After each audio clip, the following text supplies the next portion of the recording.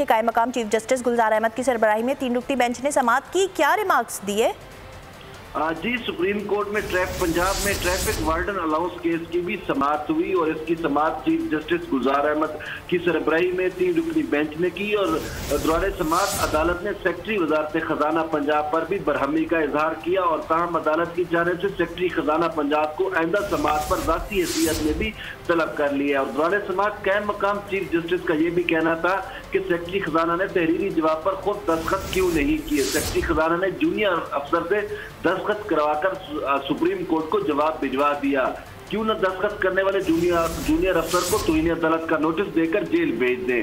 कायम मकाम chief justice का यह भी कहना था कि चीफ ट्रैफिक ऑफिसर ने ट्रैफिक वार्डन की मुराद को अदालत में तस्लीम किया। मुराद की बोझ में 50 अरब की अदायगियां, यानी समाअत अब 4 हफ्तों के बाद होगी। बहुत शुक्रिया तैयब बलोच दोनों खबर की तफसीलात बताने के लिए।